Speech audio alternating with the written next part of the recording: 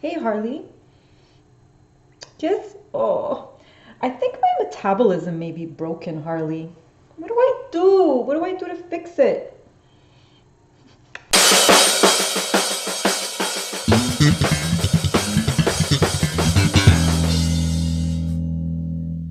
Hi ladies, welcome to Question and Answer Fridays. So today I wanted to attempt to answer a question that came in from one of my students. Her name is Elizabeth. So Elizabeth wanted to know how to fix a damaged metabolism. So this can become very complex. And what I'm going to attempt to do today is keep it really simple for you and bring some clarity to this. So the first thing that I want to address is let's make sure we all understand what metabolism actually is. So metabolism is basically every process that goes on in your body that keeps you alive. Now that we know what metabolism is, can we in fact do things to our bodies that can quote unquote damage the metabolism? Well, not really. So let me start by explaining to you a couple of things. So your body's metabolism is normally set at a certain level, okay? And your body likes to keep it that way. Your body likes to stay in balance. It doesn't like to have things disrupted. And this is called homeostasis. Now, what happens when we go on a severe restricted diet and we are severely restricting calories for, let's say, an extended period of time, and we may be also influencing that caloric deficit with crazy amounts of exercise, you're pushing against your body's natural set point. You're pushing, and what happens is the body doesn't like that. The body is smart, the body is resilient, and the body is going to do everything it can to try and stay balanced. And it's going to push back hard against you. So what happens is the body adapts. And the scientific term for this is adaptive thermogenesis, but you don't need to know that. What you need to understand is that the more you decrease energy intake, the more your metabolism is going to adapt. And basically what that means is that your body is going to lower its set point. So it just becomes slower. So you're not in fact really damaging anything, but you are making your metabolism slower. So this is why it's super important that if you are looking to embark on a weight loss plan or a fat loss diet, that you be very careful. You need to do things slowly and you need to do things intelligently. So not to affect that set point too much. The set point will always to a certain degree be affected with, restricted calories, but at the same time, you want to make sure you are doing the least amount of damage possible.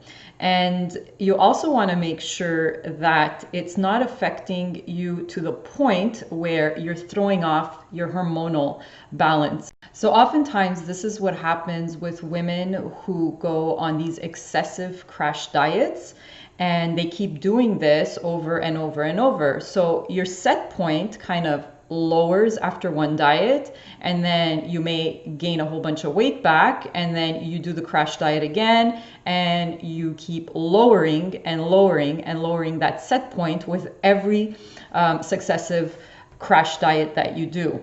So what happens when you're in this situation? Usually what you'll start to feel is you'll start to feel like crap because you've completely thrown off your hormonal balance as well. So you also need to understand that your hormones affect everything from your immune system to your digestive system, your mood. So here are some of the things that you might be feeling in your body when you're in this metabolic dysfunction. So, you might be gassy, you might be bloated, you may have constipation or diarrhea. You may have reflux, heartburn. You may have really, really low energy and like extreme fatigue, like even to the point where you can't even get out of bed. And you may have increased hunger and really crazy cravings. Reduced libido. Now that's not good. You may also be holding on to a lot of water, so you may have water accumulation in your calves and your ankles. Anxiety, really bad mood swings, depression, loss of muscle, that's for sure. And maybe if it gets really, really bad, some women can experience the loss of their periods. And sleep disturbances is also a big one. So insomnia, low immunity, your immune system gets affected and you may be susceptible to getting sick often and for more prolonged periods of time. So you have to be really, really careful when you're, when you're attempting to lose weight or lose fat. And I don't like saying losing weight, because when we're talking about weight, we're actually talking about not just fat. We're talking about many tissues in the body. So that includes bone, it includes ligaments, it includes muscle, it includes fat, so everything. So you don't want to be in a position where you're losing essential body tissue like muscle. You just want to be in a position where you're targeting just fat loss. And that's, again, it's a really, really difficult thing to do. So you have to be very smart about how you're eating and how you're exercising. So what you need to do in order to fix a metabolism that has adapted to a very, very low set point. So what are some of the things that you can do in order to start rebuilding your metabolism? Now, again, I always say that everybody is very different. Everybody's body works in a different way. And so it's not easy to answer this question. We'd have to look at the person as an individual. What is this person's lifestyle like? What is this person's nutrition like? What does this person's exercise intensity look like? What is this person's age? Because as we get older, the metabolism does naturally decrease. Is this person taking any medication? So there's a lot of things we need to look at in order to try and help somebody who is in this sort of situation. But what you can start doing right off the get-go is to make a shift in your perception of the way you see fat loss. So instead of looking at fat loss from a perspective of, I need to eat less and I need to do more exercise, you need to switch that from I actually need to do more eating and more building my body.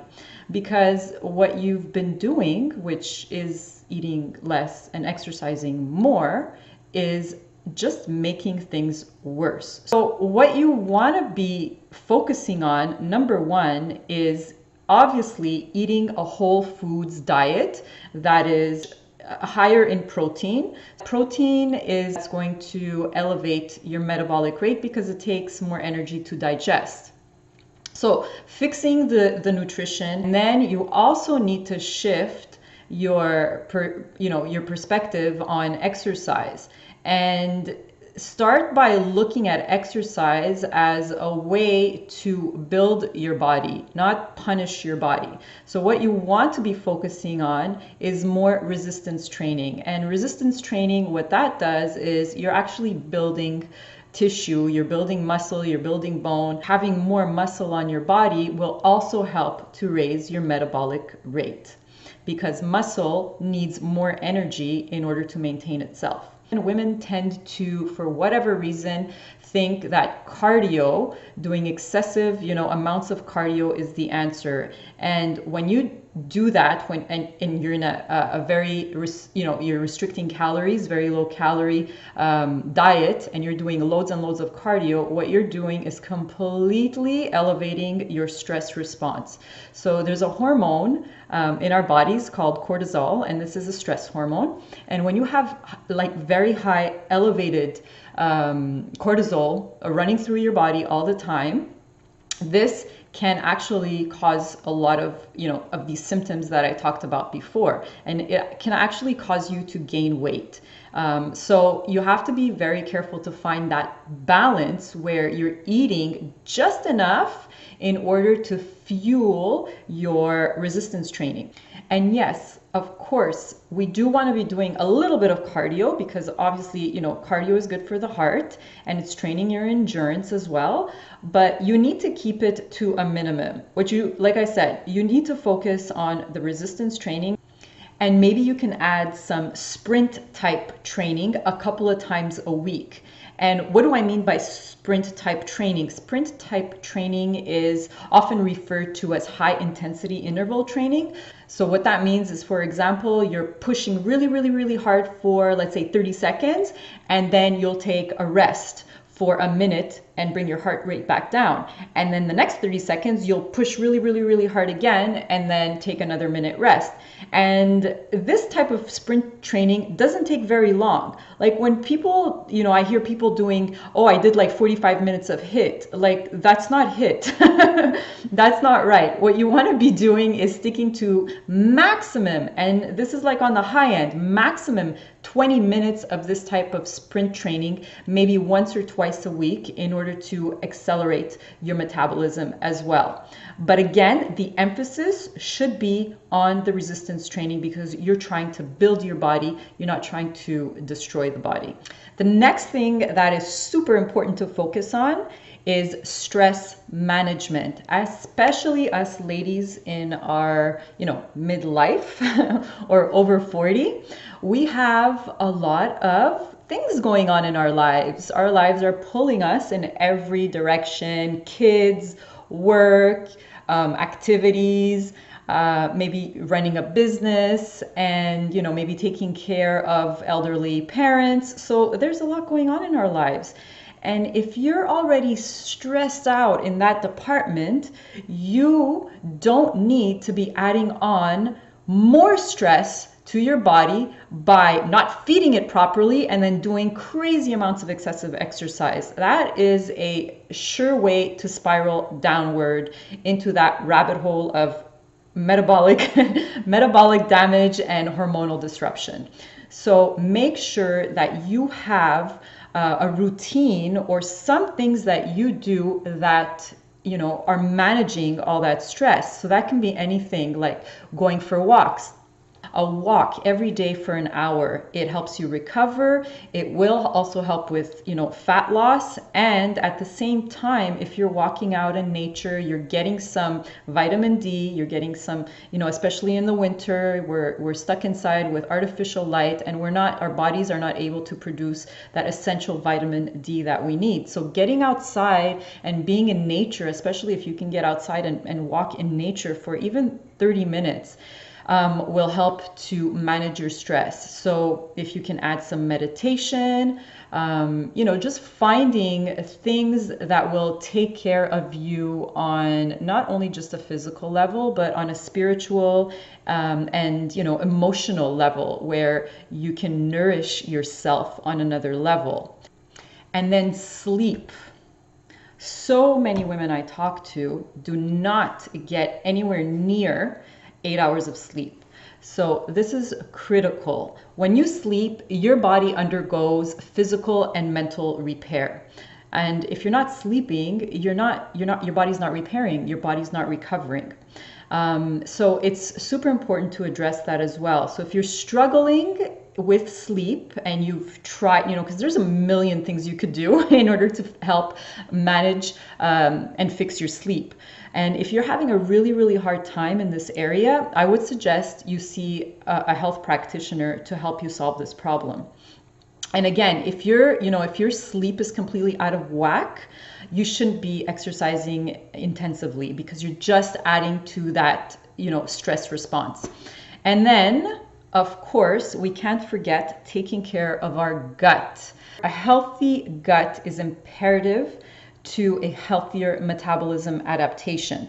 And so just to give you an example of a real person who went through this, well, here I am. So, In my 20s, I did a lot of the yo-yo dieting and the starvation diets. At one point, I even suffered with anorexia.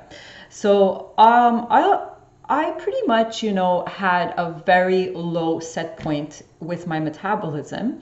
And what I did, for whatever crazy reason, is I decided that I wanted to do a physique competition. And if any of you know what it takes to do a physique competition, well, you know that it's a lot on the body, and there is some, excessive things that we do in terms of nutrition and training. I think I dieted down to something like 13 or 14% body fat. And I felt like crap. So my hormonal balance was completely out of whack. After the show, I started kind of eating normally again and eating everything in sight because my cravings were completely out of control. And guess what? I put on a lot of weight very quickly, and it was not muscle. A lot of it was, inflammation. I was very bloated. I was holding on to a lot of water, and I had accumulated quite a little bit of fat on my body as well.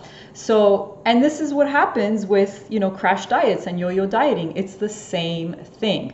So my body's metabolic set point was way lowered.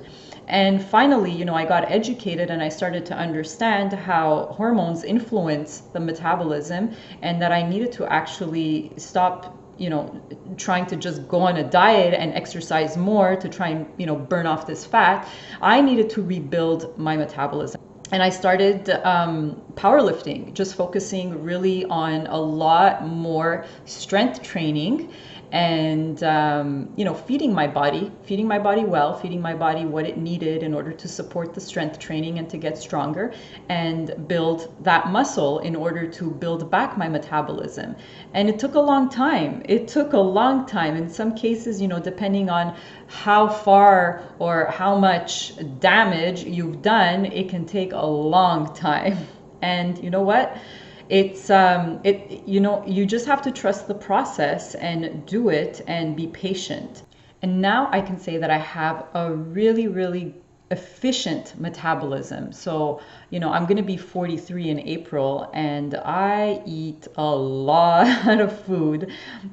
People are really surprised at how much I can eat.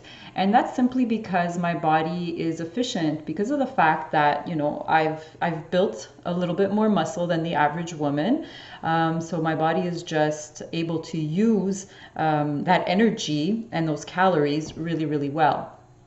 And I would say I probably eat 80% of the time really well. And then the other 20% can be, my off meals or treats and things like that. But I'm able to maintain my weight effortlessly and I feel good. That's the most important thing is, feeling good energy, making sure that your hunger is in check, making sure that your cravings are in check. And I don't generally have any issues.